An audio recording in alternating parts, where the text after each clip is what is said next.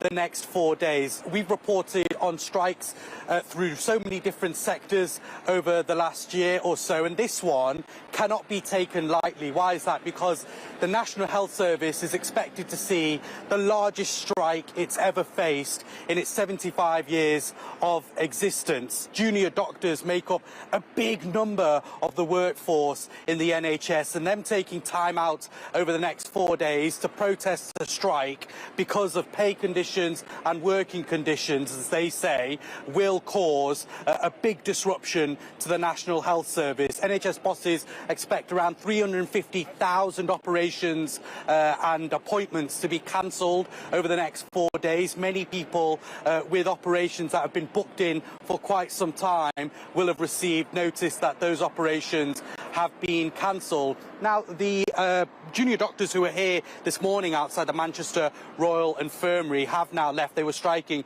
for a good couple of hours or so. They'll be off for the rest of the day. Those who were on the night shift walked out at 7 o'clock this morning, and that will be the picture up and down England over the next 4 days or so. But why is this so important? Well, junior doctors, there's around 775,000 junior doctors in NHS England.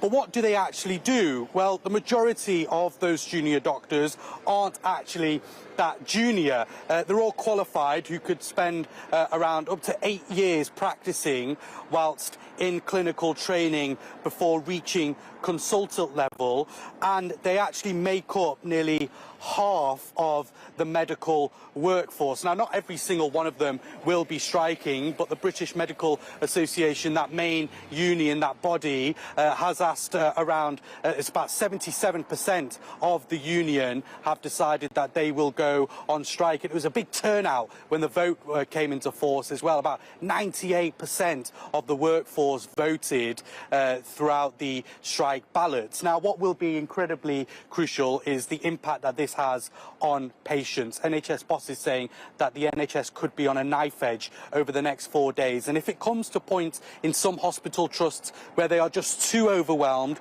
where they need that staff, then the British Medical Association have said that they will have to have their junior doctors return back to the hospital. It potentially could get to that level, but what they're hoping for is that their conversations, their ongoing conversations with the government will come to some fruition, where they will have a pay deal, where they can return to work happy and satisfied with their payments and their salary going forward. But also, they say that they're out here striking because they want to improve the conditions for patients, which they believe have been dropping over the last 15 years. OK, Inzi, thanks very much.